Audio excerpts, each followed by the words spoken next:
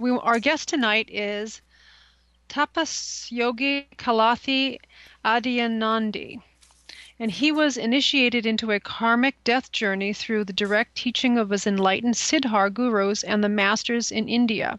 While he was traveling in the wilderness and meditating in caves in South India as a sadhu for over a decade, Nandi represents the wisdom of the liberated. He is a visionary, a yogi, a transformational guide who is from the mystical path of the Siddhars of South India. The Siddhar teachings, Tantaram, represent the roots of yoga, tantra, and mantra. His core teachings, the Kalanji Kundalini Yoga, is based on imparting the experience and guidance to attain a life of freedom, purpose, health, and inner wisdom. Throughout his lifetime of teaching and as the founder of the Aravind Sakti Temple in Los Angeles, Guru Nandi has devoted his life to attaining the attainment of inner wisdom and awareness. Awareness not only of this world, but of the world of spirit as well. Guru Nandi participated in the Declaration of Consciousness December 21st, 2012 in London for the Three Magic Words premiere, the gala premiere, and screening of a groundbreaking metaphysical documentary from Starseed Film called The Three Magic Words. The Declaration of Consciousness was announced to usher humanity into the new dawn, a day when the individual freedoms and the many paths to enlightenment would be recognized. And you can find out more about him at www.nandhi.com. Welcome, Nandi. Hello, welcome to you all. Welcome, Brenda. Thank you, Brenda. Thank you for inviting Nandhi here. Well, Wonderful we're all to like, be here. we've never had a guru before, and we've always wanted to, and we feel very blessed to have you with us tonight. So my first question, I know we spoke a little bit, but we didn't talk about your personal history. How did you first discover your spiritual path, and at what age was that? When we first have the initial experience as a child, we think of it from a very different perspective.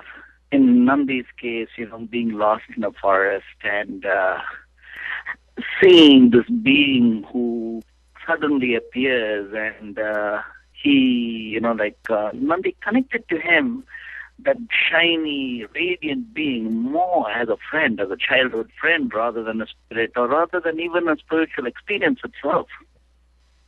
Mm-hmm. So then through childhood, which is filled with ignorance, a lot of ignorance, in the sense like when you get sad, you don't know what to grip on. So Nandhi would actually run away to the forest and spend time over there, and would try to go deeper within to seeking that truth.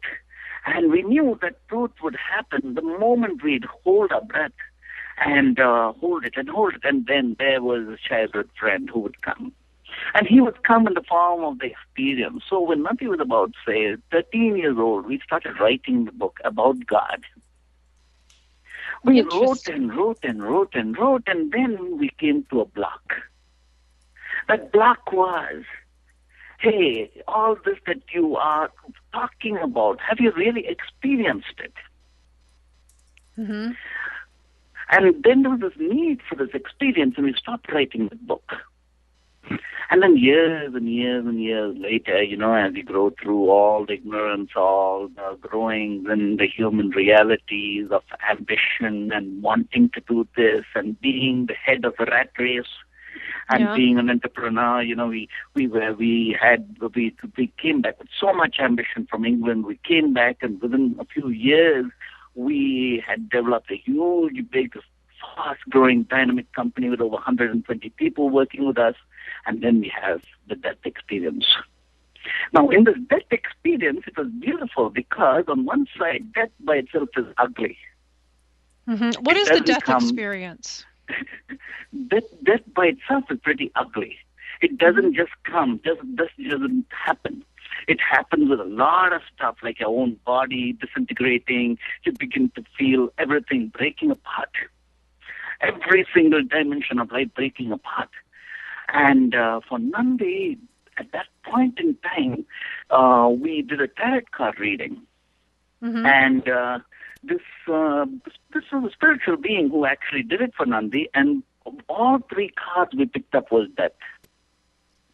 That's very interesting. And that brings me to, we have a lot of clients from India because people in India are very spiritually connected and they believe they are always asked, they have their own spiritual, like they love to do the readings, the tarot cards and all that stuff. Do they have a lot of that over there in India, the tarot cards?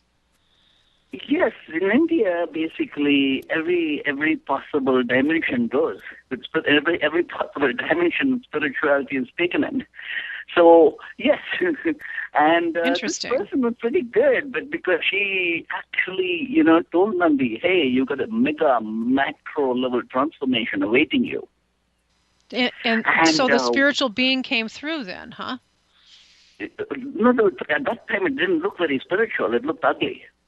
Ah, okay. Because when it was a death. That's coming for you. You don't want to die. You don't want to let go of everything. There's the time, and at that time it was different. It felt like we just wouldn't, we couldn't come to accept it. Mm-hmm. And then we actually felt it coming towards us so clearly, death coming. And then we were in a sort of a hopeless state when our neighbor gave us a lingam. A lingam is the symbol of Lord Shiva. In reality, a lingam represents the symbol of infinity. So we were given this, we did not know what it really meant. All we knew was we were like a drowning man trying to hold some straw. The lingam was like a straw to infinity. So we held that and said, hey God, where are you? And then Nandhi heard the voice within, I am here. I'm coming to take you today evening. That evening, we opened the door, we hear a knock on our door, and we open the door, and this beautiful, powerful being steps in. Power, fire in his eyes. That was Bhairava Swami. And he opens the door, and as we opened the door, he mentioned, you have death coming for you. Lord Shiva sent me to take you through your death journey. Can I come inside? I'd like to show you something. And Nandhi opens the door. And he said, do you have a calendar? And Nandhi showed him a calendar and said, on such and such a day, you have death coming for you, and I've been told to take you through it. So would you like to come? And then he took Nandhi to Sri Kalahasti, a powerful ancient place.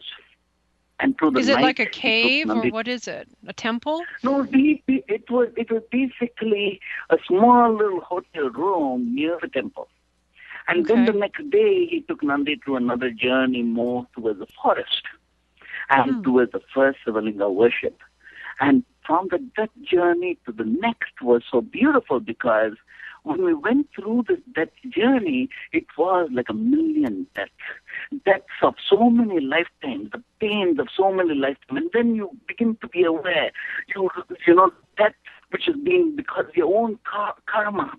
Each thing you've done and then a death for it. It's more like going through a cycle of punishment and hell and then coming through and saying, hey, where are you? Where are you? And then they began to feel a huge spirit rise within. And the spirit started feeling the vibration of the spirit was so beautiful. And Nandhi realized Nandhi was that spirit. And that spirit was that beautiful, blue, huge, wonderful being. And then the next day morning when Bhairava Swami was doing the puja for Lord Shiva, that spirit and Lord Shiva was one. So as he was doing the puja for Lord Shiva, Nandhi remembered all the birds flying and all of them coming and landing on the tree quiet. Humans would come and they'd sit down so quietly. And the moment the puja was all complete and done, we were crying out of joy. What is a puja? Now explain to our is a puja a ceremony? Like a ceremony? A puja is the mother of meditation. A puja is when you put 200% of your mind and attention and connect it to source and make offerings. It's like you be the infinite spirit, and then from infinite spirit, you celebrate the finite. And that finite is the form. That celebrating the Senate is the puja. Oh, interesting. So when he did this, it was states of primal joy. Ananda. Ananda means bliss. Ananda is an eternal happiness that springs from inside. And we were crying and crying and crying.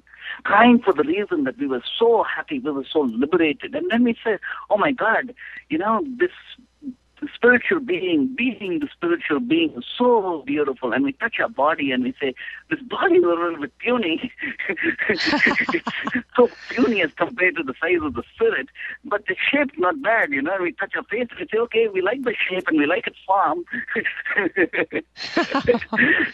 So tell me, yes. What role does yoga play in the belief system and in your path your path to enlightenment? Because you talked about the spirit energy, and you talked about going to the spiritual journey. But you're talking how we connected to yoga, right? Yes, and what is the significance of yoga in the Hindu practice? Let Nandhi mention it. Okay, so the joy state was so powerful that the next day morning we woke up at 3 o'clock, 4 o'clock in the morning, and we wanted to do the puja ourselves. And we had a Sivalingam and we started our puja, and the puja was so beautiful. We would go deeper and deeper, and the reason why we were going deeper was because the state of joy was amazing. So in a day we were doing puja for 4 hours, 5 hours, 6 hours, sometimes 24 hours. It went on and on and on because the joy state was so good. Until one day, Nandhi had an American friend who was doing yoga. And he said, would you like to try yoga? And we did not want to do yoga because we thought it would dilute the energy of joy, dilute the joyful experience we were already having. And yet we went to do yoga and we felt, wow. We realized that when we do yoga, we are able to create that sphere of energy that can hold the spirit that we awaken. That spirit that we awaken is Kundalini. So when we awaken Kundalini and when we are doing yoga, we can hold it. And likewise with yoga, we can awaken Kundalini. And so then, the Kundalini energy, explain that to our audience. Is it an energy that comes through the body? Is it a life force energy? Explain the Kundalini energy. Mother Kundalini is beautiful. First, we must see her as a state of higher consciousness. In other words, we are all in the 5 senses. When we wake up, when we are praying, when we are deeply connected to Source, there is the 6th that is there, the spirit, and that is Mother Kundalini, the 6th dimension. Now, when we try to read books, when we listen to so many people talking about it, sometimes it's sort of like we chose our own personal experience. In other words, Kundalini is a unique experience for every single person. It would be in so many different ways. There would be some similarity, but everyone has their own unique experiences. And one of the first experiences is actually waking up to realize, oh my God, I am the spirit. And then realizing the joy is the fires inside. Now, when Paramahamsa Yogananda, an autobiography of a yogi, when Paramahamsa Yogananda left his body didn't decay. And why is that? Why is that? Okay. Now that is because you have you've awakened your own inner fire, your own inner lamp, and that is Mother Kundalini. So when you are constantly worshipping it every day through your yoga, through your meditative practice, you're working in the states of joy of the fire within you. This fire begins to take over all the physical realities, including your body. So the body, they say, when we go into doing deeper and deeper yoga, we become the form of love. Because when we are experiencing the heightened state of bliss, our realities too become that state of harmony. And when we do yoga, we transform our body to a body of love, a body of light. This is Mother Kundalini in her forms in the physical. This is in reality what yoga is about. So when we say when we say we are invoking Mother Kundalini, when we say we are riding consciousness, we are also tapping into the ancient wisdom of Tantiram. Tantiram is the roots of consciousness. This is why the Ganapati, the Lord of the journey, is worshipped. The root chakra. The elephant head symbolizes the primal energies that we have. Oh, Put really? on a Is that human what body, is that that is, now? I was. put on a, That's the god Ganesh, right? yes, yes, yes. So the Lord Ganesh symbolizes the primal Muladhara chakra, the root chakra energy we have as elephant energy, huge, mega elephant energy each one of us have. And when it's cut and put in a human body, we can transform it to being angelic. The great achievers of humanity, the movers and shakers of humanity, are the ones with huge, big, mega root chakra. Emperor Constantine, Emperor Ashoka. So when we wake up into awakening our root chakra every day through our yoga, and we utilize this primal Mother Kundalini as a state of consciousness to journey within the divine, we are multiplying and magnifying consciousness. What this necessarily means is we wake up to our own innate genius. That innate genius is Siddhi. And So how do you every spell one that? of us has some. Beg your pardon? How do you spell that? Siddhi, Siddhi, Siddhi. Siddhi. Siddhi is Yes. ESP. It's not just ESP. It covers ESP. It covers psychic. It covers all that which is beyond the limits of the mind and beyond the limits of what we think is possible. That's Siddhi. Every one of us have a very special Siddhi. When we do yoga, when we go into the deeper, when we go into our inner self and we wake up, we immediately also start growing the fires within of self, and we begin to understand why on earth we are here. And the moment our mind latches on our inner passion, all our siddhis wake up, all our creative juices wake up. When we are inspired beings, see, in our journey is push and pull. The push is our own effort. The pull is grace, divine grace, the grace that flows to us, the grace that comes through us as we being the receiving end of grace, the grace of transformation, the grace of that takes us through the journey. So all this is within the yogic journey each day. And so part of your path to enlightenment and part of your practices and what you teach your students is, the physical, spiritual, and emotional levels within the yoga practice, or enhancing all that through the practice of yoga. It seems to me from what you're saying is that it's all interconnected with the spiritual path, because you have to be spiritually fit as well as physically fit.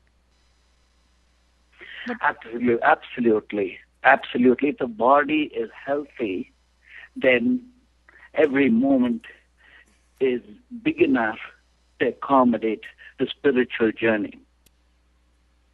And so you believe that, and we all know yoga is beneficial, but it really can transform health. Yoga is, when we go deeper, when we awaken, and when we do yoga from the spiritual perspective, we're tapping into energies of youth.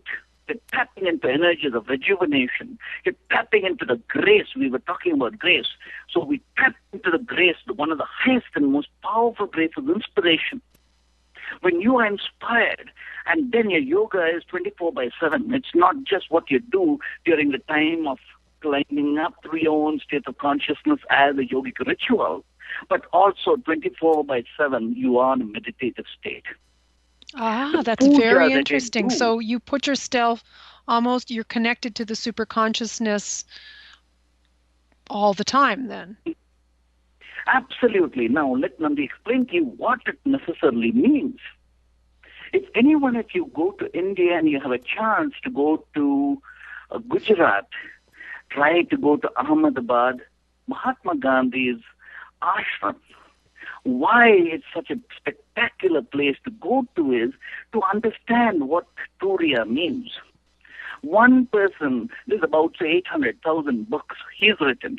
And then there's another, say, 2,000, 3,000 books, and volume upon volume of writings about Mahatma Gandhi. So one person did it all. How did it happen? See, he was called Mahatma, great soul. Why he was called a great soul is because he woke up. And when he woke up, he was in a state of Turiya. So being in a state of Surya, he was in a superconscious state to be able to do all this and more. Mm-hmm. This is what we tap into and awaken when we step into the path of yoga. Each of us become the Mahatma. Now, when we say Mahatma, that one Mahatma Gandhi actually got India its freedom from a mighty superpower of a colonial country without bloodshed. That was the power of one Mahatma. So imagine if all of us on a global scale wake up. That is declaration of consciousness. This is declaration of consciousness. When all of us wake up. And all of us, just by our very being, our thoughts have gained so much potency that when we come as one single thought, we make things happen. So we come back into this aspect of saying these are powerful moments for humanity. This moment, especially when we are coming together, is a very powerful time for humanity. When each of us now have the propensity to be ready to say, yes, I am the Mahatma. I am the vastness of spirit, having the human experience. We certainly have at our fingertips all the knowledge that we need to know, about the physical body, the spiritual body, the emotional body. It just, looks like, we're in your declaration of consciousness coming right at the time where it was supposed to be doomsday, but in reality, it was probably a spiritual time of spiritual renewal. Is definitely needed. Could go either way. I mean, you see so many contrasts right now with the ignorance and the enlightenment, and it just needs to tip towards the enlightenment. It's going to take something like a wave. Don't you agree? We are the wave. We are this wave. See, from Nandhi's perspective, what is amazing is being a yogi from India here in America, seeing how yoga is blossoming, seeing the vast speed at which consciousness is traveling, watching how consciousness cannot be bettered now primarily because of information technology too, reaching everyone. And when consciousness reaches, it's just as much as a light switch being switched on. Almost in a moment, it travels, it moves. So when we come together as consciousness, we will be beginning to see how, even in China, it will reach. It will definitely reach every nook and corner where belief systems hammer and imprison people.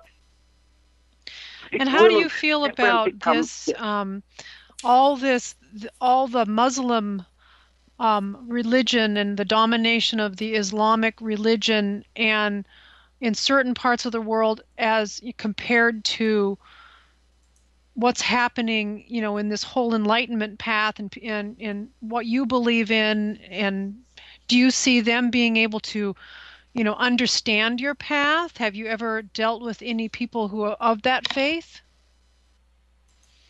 Being one of the most beautiful truths we could say that is there for us to examine is all the poets, all the philosophers, all the masters of higher consciousness, of all religions, of all cultures, at all times, have written one word more than even love. And that word was freedom. Freedom to simply be. So if you go into writing the Rumi, you go into writing the Hafiz, all of them come to the same place. Hey, wake up. You are source. You are God. This is a mystical element that is already present in all the religions. But previously when Sufis said, I am God, they were killed. They were murdered. They were murdered, just like they're oppressing a lot of women now, and the female energy. Consciousness cannot be handled. Christ was crucified. When Christ came in, he was mega mighty consciousness of his time, so they crucified him. Likewise, you come back into these times, when Thomas Jefferson actually mentioned declaration of consciousness, there was a part of him which also wanted in some ways to work it for the slaves too. There was, in history, there is a place where we look at it, seeing that he was struggling against it. But if he had said anything or done anything towards emancipating slavery, he would have definitely been killed and he would have been thrown away from the history of America then and there. Now, 50 years later, when Abraham Lincoln spoke about emancipation of slavery, Abraham Lincoln was killed, assassinated. In other words, consciousness was big. And whenever it came into a society in its vastness, they couldn't handle it. They feared it. They tried to destroy it. And yet the consciousness rebounded powerfully each time, and it grew each time. So it came back as Martin Luther King. Once again, Martin Luther King was assassinated, and yet the cause of Martin Luther King did fulfill. So finally, now we are coming into a place where this consciousness cannot in any way ever be purged anymore. It cannot in any way be pushed down. And this consciousness will wake up in every human to unshackle chains, to come to a place where they say, I declare my consciousness to simply be free. So if we ask Nandhi, what is Nandhi's religion, we would say we are the liberated. We are liberated. Liberated from what? Liberated first from the muck of belief systems. Liberated to simply be. Liberated to be consciousness.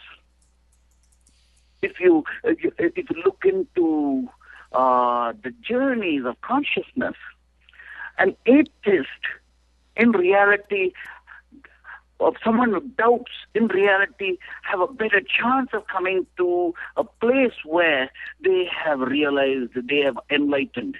Example is Buddha himself. Coming now, to a place where in the understanding Indian, consciousness in the to be Hindu infinity. belief system, in your belief system, you have the equivalent of Buddha, or do you have a Buddha? You call him Buddha. In Nandhi, we don't have any more beliefs. We have gone past belief systems.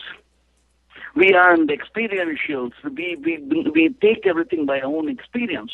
So in our own experience, if you ask whom Brahma is, it's only our ego that brings us here. If you ask us whom Lord Vishnu is, we would say the mind that is awake, that sustains us is Lord Vishnu. If you ask who is Lord Shiva, it is our own spirit that has woken up to being the Almighty. That is Lord Shiva. So everything then is our own journey within as our own experience. No so more these are belief systems. aspects of your own experience, in other words. That's a great way to understand it, because a lot of people are very confused about some of these paths to enlightenment, the Hindu paths of enlightenment, in relation to the different gods and goddesses. See, Swami Vivekananda had a big question, and he asked, if a cat has a god, what will that god be? What Nandhi is saying is, when we practice yoga, this is the specific, our religion itself is liberation. Yoga, religion is liberation. And we are liberated to understand everything from our own wisdom. And then when we see God, We see God in our own uniqueness. Just as a cat will see God as a cat, we will see God as in our own perfect fit of experience. As a direct connection to the source. Exactly. And we wake up, and when we wake up, we realize, oh my God, I am having the same experience with all the other prophets. And then we begin to follow a prophet carefully. Then we begin to understand the first teaching of a prophet is do not follow another prophet. Do Is not it really? follow anyone outside yourself, but follow yourself, follow your own consciousness, and you are the prophet. You set rules, but you follow them strictly by yourself and do not impose your rules on anyone else. Your journey is towards your own cause of liberation to be happy. Liberation really necessarily means, are you in the state of joy? If you are in the state of joy, that is the state of higher consciousness. And that is the state of being. And that form you are. And this is your every moment journey. This is yoga. So, this is... Go ahead. Oh, I'm sorry. For a spiritual seeker who wants to start out on the path, would you recommend them starting out with meditation, starting out with the yoga practices? How do they, if they would go to your temple, and you have a temple in LA, what's the name of your temple in LA? It's Arivan Temple. Arivan. And what does Arivan mean? Arivan means wake up. Arivan is awake. Arivan, Turiya. Turiya is a higher conscious mind, the fourth state of the mind. When we wake up, or when we are in a meditative state, or when we are in union with Source, we are in the fourth state of mind, which is Turiya. Sakti is the goddess, the energy of the fire within, the awake fire within. So that's Turiya Sakti Arivan Temple. Okay, we're going to pause one moment here, for about a minute for a commercial, and we'll be right back, okay? A new era in psychic services has begun. PsychicAccess.com. You can connect with our psychic advisors by telephone or chat 24 hours a day, 7 days a week. All of our psychic advisors are interviewed, fully verified, and accuracy tested, assuring you quality service. We're living in some very troubled times right now. More and more, the world's problems are affecting us on a personal level.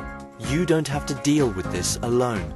Our highly accurate psychics, caring advisors, and talented mediums can help with situations you are currently experiencing and can let you know what the future may hold for you.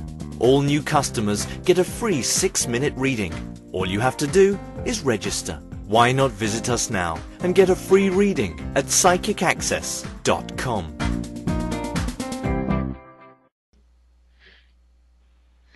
Okay, we're back with Guru Nandhi. So you were explaining your temple, and so for newbies and students who really want to get involved, what do you suggest as their first step on their path to enlightenment? The first step is recognizing, okay, so if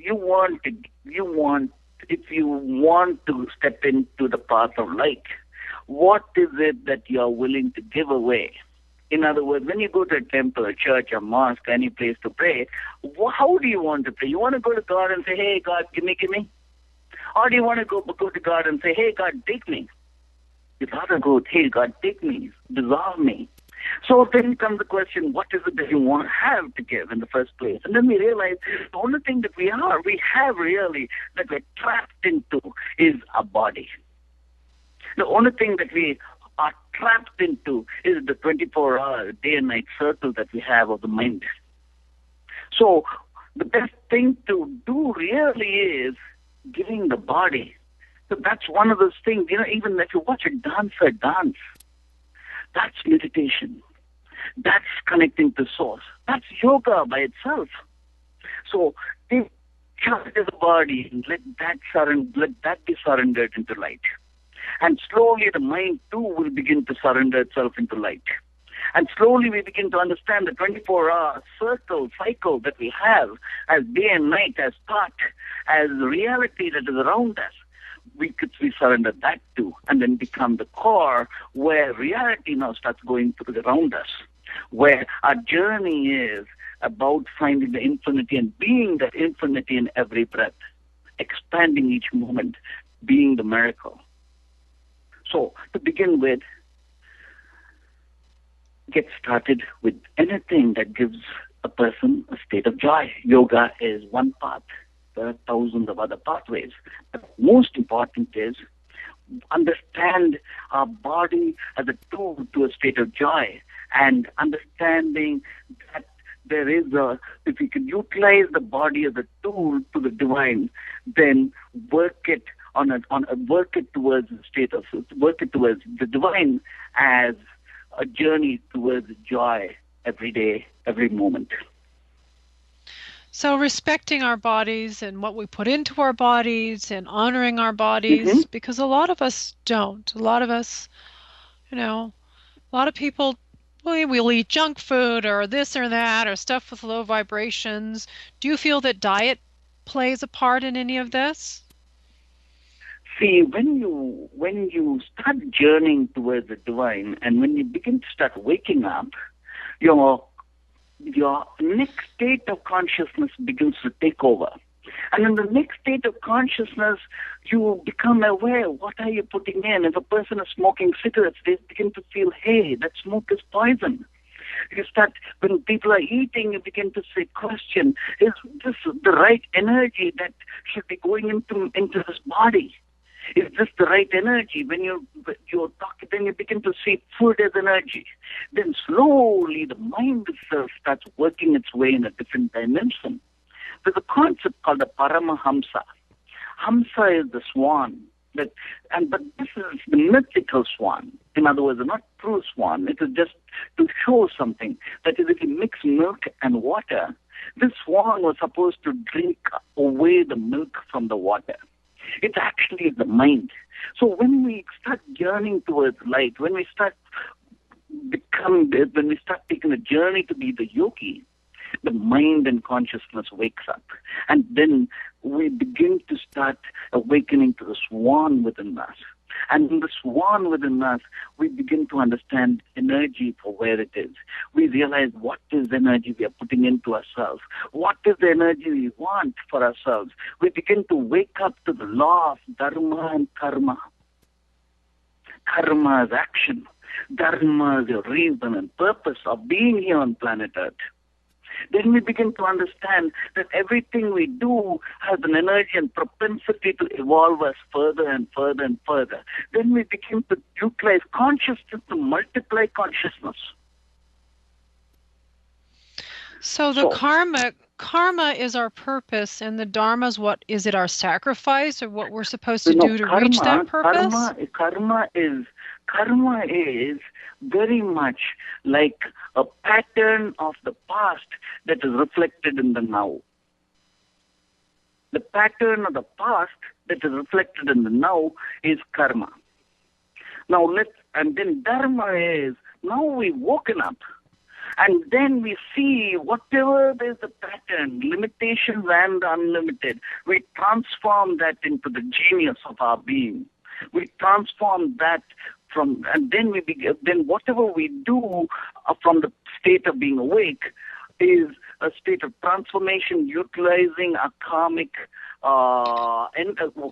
reality. We transform it into the next more beautiful dimension. For instance, like Helen Keller. Take the example of Helen Keller.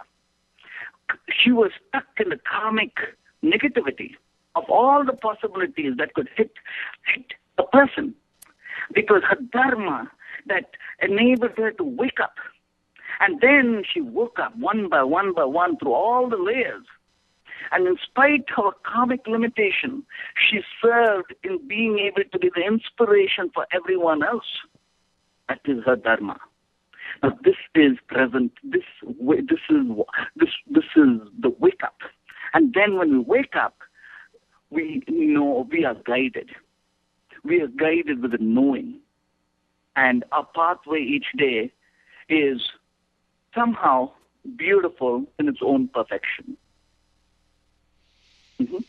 So to be aware, waking up and being aware of things that happen, and because so many things happen to not only us, our clients, and because as psychics we hear a lot from our clients and things that happen with them, and to use those experiences as there's always a reason behind it and a lesson. Wouldn't you agree?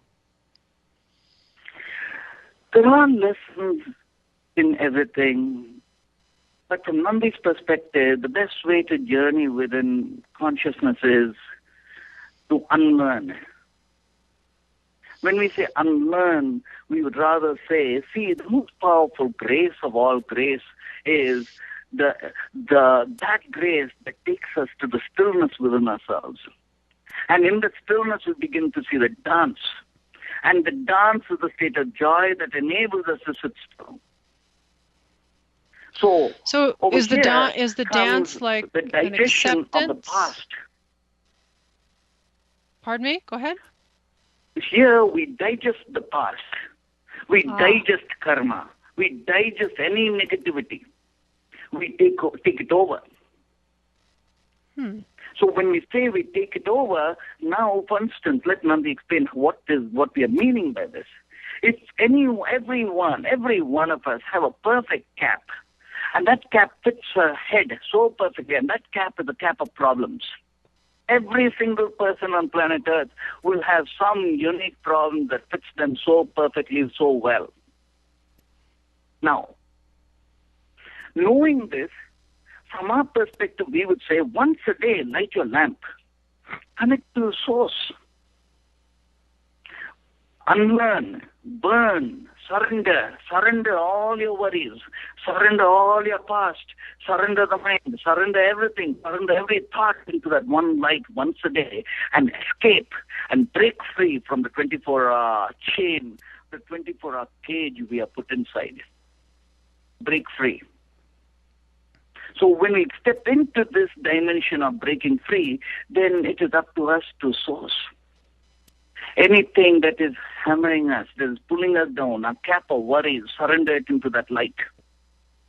And as we enter more and more into that light, we are not only burning our own past karma and our own karmic limitation and our own muck and poison and transforming it into something beautiful, we are also working with humanity's energy, the power behind meditation. We are beginning to then awaken the vastness of being within ourselves that goes beyond karma, that goes beyond destiny. That in the power of now, there is hardly much of destiny. Karma cannot affect the power of now. Once you step into the now, then all the karmic negativities not only just cease, they actually transform itself beautifully. So attaining the power of now is the most brilliant of rituals we would want to do for ourselves, to have to step into the higher conscious mind we want to utilize for each day. And that would be reached through a meditative state, at least taking a little time each day to do that, like in the morning or right before you go to bed. Very much. When you wake up in the morning, drink a lot of water, cleanse your bowels. Then when you watch a dog, after it's done its poop, it's jumping. When you watch a cat after it's done its poop, it's jumping, right? Now, that's a good energy. So after you've done your bowel movement, do your yoga. Utilize that beautiful energy to do your yoga. And when you do your yoga, understand your breath. The first step which Nandhi would say, when Nandhi can give a beautiful tip, when you wake up in the morning, rub your two palms together and think of gratitude. Gratitude to your first gurus. Your first gurus, your father and your mother and your father. Your left hand, your mother, your right hand, your father. Rub your palms and say, I am grateful, and let every cell in your body say, I am grateful. And let your whole body vibrate with gratitude, and you touch your palm of your left and your palm of your right to your eyes and receive the blessings of gratitude. That is how you would want to step into the day when you wake up. switch on gratitude, the power of gratitude. Then as you go in, then, as you go do your yoga, climb up. See, every day when you wake up, you're given the choice. What is the mind you want to create a reality? With which mind do you want to see a reality? For a yogi, we want to see the highest and the most beautiful state of consciousness through which we would want to perceive our human reality. So climb up utilizing your yoga, meditation into that state of mind. Spend time into that. It is a state of joy that you're stepping into. And then when we step into that state of joy and then work the day, not only does the day go around us, reality goes around us. We work understanding that we are the spirit having the human experience and having come here for a beautiful, powerful purpose. Look at the infinity, trillions and trillions and trillions and trillions and trillions of light years and light years and light years, the size of the universe. That is how big we are. So one lifetime is in reality one wink. That's how short a lifetime is. One little wink is a whole lifetime. So what are you here to do? So every day is our birthday. Every day we wake up and say happy birthday to ourselves. Every day we wake up and say, this is the mind I want, and go into yoga to attain that blissful, joyful state. And then our journey, each moment, is joyful and beautiful, and grace unfolds. That is so, there were so many things. I mean, we could talk for, we could go on and on and on, but we're nearing the end of our interview, Nandhi, and it's just like, I would have to say that we're going to definitely have to have you on again, because there's so much more we would love to, talk about, especially music and everything. And I want to thank you, and I want to say namaste to you. Thank you. Isn't that the great the greeting? See, namaste to you. Namaste to each one of us here. See, each one of us, awake to know that we are infinite beings. And the very aspect of us all sharing breath with each other is blessings to each other. The blessings of evolved grace. Blessings to be. So, namaste to each one of you. Thank you so much. Gratitude. Thank you so much for being. We have been very honored by your gracing us with your interview tonight. And you have a nice evening. Thank you. Gratitude, divine one. Gratitude, everyone. Om Namah Shivaya. Om. Hello, my name is Res Miranda. If you're having relationship, career, or life issues, I'm inviting you to experience what it's like to have access to professional, highly accurate psychics and spiritual advisors you can trust to care and help you. Register now to get your free 6-minute reading by telephone or chat. Get answers, get access, psychic access, 24 hours a day, 7 days a week. PsychicAccess.com. That was Bhairava Sekha Swami.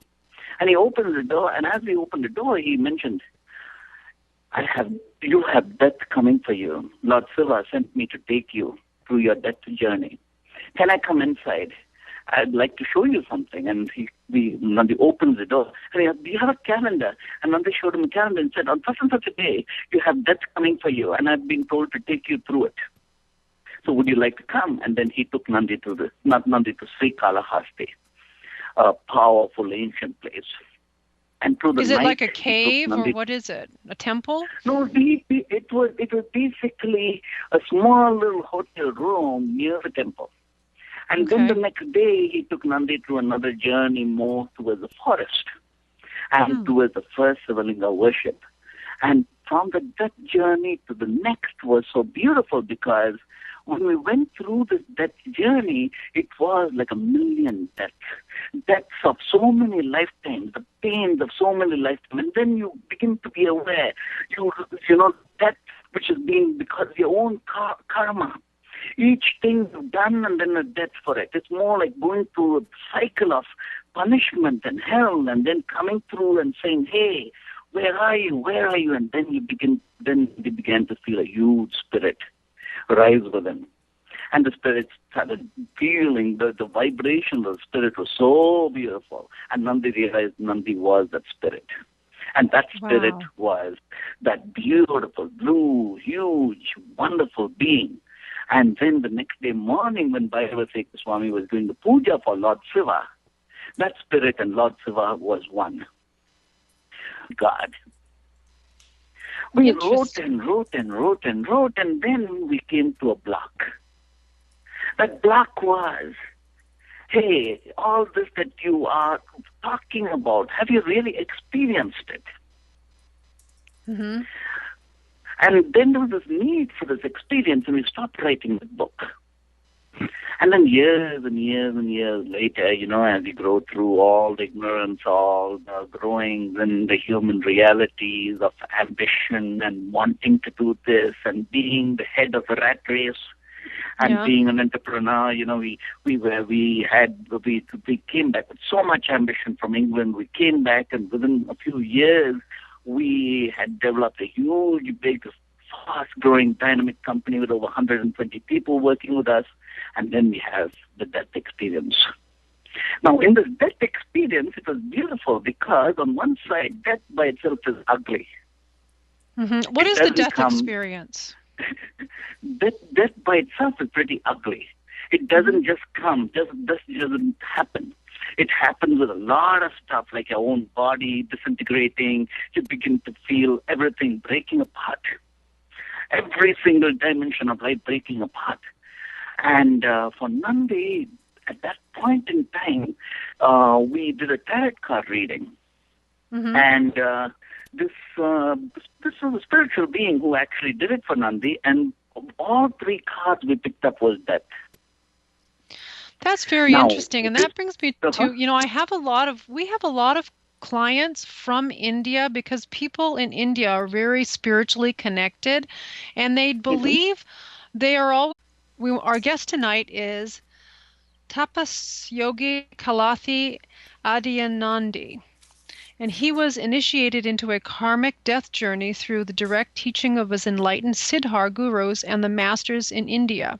While he was traveling in the wilderness and meditating in caves in South India as a sadhu for over a decade, Nandi represents the wisdom of the liberated. He is a visionary, a yogi, a transformational guide who is from the mystical path of the Siddhars of South India.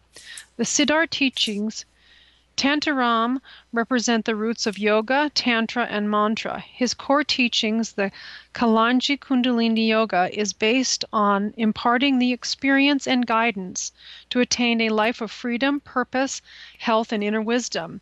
Throughout his lifetime of teaching and as the founder of the Aravind Sakti Temple in Los Angeles, Guru Nandi has devoted his life to attaining the attainment of inner wisdom and awareness. Awareness not only of this world, but of the world of spirit as well. Guru Nandi participated in the Declaration of Consciousness December 21st, 2012 in London for the Three Magic Words premiere, the gala premiere, and screening of a groundbreaking metaphysical documentary from Starseed Film called The Three Magic Words. The Declaration of Consciousness was announced to usher humanity into the new dawn, a day when the individual freedoms and the many paths to enlightenment would be recognized. And you can find out more about him at www.nandhi.com. Welcome, Nandhi. Hello, welcome to you all. Welcome, Brenda. Thank you, Brenda. Thank you for inviting Nandhi here. Well, Wonderful we're all like, we've never had a guru before, and we've always wanted to, and we feel very blessed to have you with us tonight. So my first question, I know we spoke a little bit, but we didn't talk about your personal history. How did you first discover your spiritual path, and at what age was that?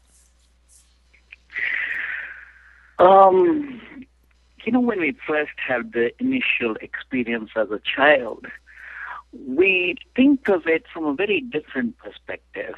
In Nandhi's case, being lost in a forest and seeing this being who suddenly appears, and Nandhi connected to him, that shiny, radiant being, more as a friend, as a childhood friend, rather than a spirit, or rather than even a spiritual experience itself.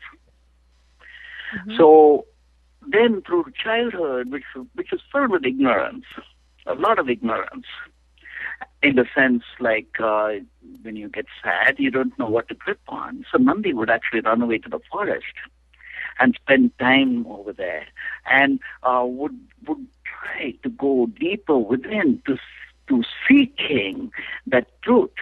And we knew that truth would happen the moment we'd hold our breath and hold it, and then there was a childhood friend who would come. And he would come in the form of the experience. So when Nandhi was about, say, 13 years old, we started writing the book about... Always ask, they have their own spiritual, they love to do the readings, the tarot cards and all that stuff. Do they have a lot of that over there in India, the tarot cards? Yes, in India, basically, every possible dimension goes. Every possible dimension spirituality is taken in. So, yes. And this person was pretty good, but because she actually, told Nandhi, hey, you got a mega macro-level transformation awaiting you. And so the spiritual being came through then, huh? No, at that time it didn't look very spiritual. It looked ugly. Ah, okay. Because when it was a death. That's coming for you, you don't want to die. You don't want to let go of everything. There's a time, and at that time it was different. It felt like we just wouldn't, we couldn't come to accept it. Mm-hmm. And then we actually felt it coming towards us so clearly, that coming. And then we were in a sort of a hopeless state when our neighbor gave us a lingam. A lingam is the symbol of Lord Shiva. In reality, a lingam represents the symbol of infinity. So we were given this, we did not know what it really meant. All we knew was we were like a drowning man trying to hold some straw. The lingam was like a straw to infinity. So we held that and said, hey God, where are you? And then Nandhi heard the voice within, I am here. I'm coming to take you to the evening. That evening, we opened the door, we hear a knock on our door, and we open the door, and this beautiful, powerful being steps in. Power, fire in his eyes,